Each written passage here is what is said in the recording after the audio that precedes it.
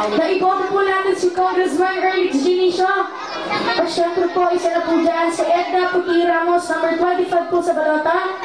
Luzon Abo Alfonso po, number 15 sa balota. Marjorie Isidro po. Number 14 po sa balota. Syempre po, ang tatay ng pogi-pogi natin Congressman. Mamaya makikita nyo. Si Jonix Ginisio, number 9 sa balota. At syempre, ang kapitbahay natin lahat na si Jesus Tagapahaldo, number 10 sa balota. At huwag po natin kakalimutan si Ejercito Eric Estrada po, ang ating future vice future mayor po. Number 4 po sa balota, at syempre po si Dr. Hani Lacuna.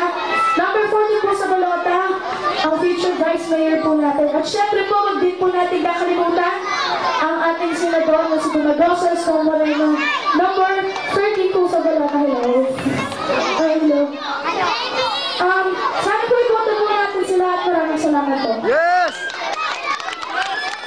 Maraming salamat sa iyo, John Carlo Tan, ang ating kauna-unahang champion ng Ginisista. Yeah, palapakan mo natin, dumating na po si Jollibee.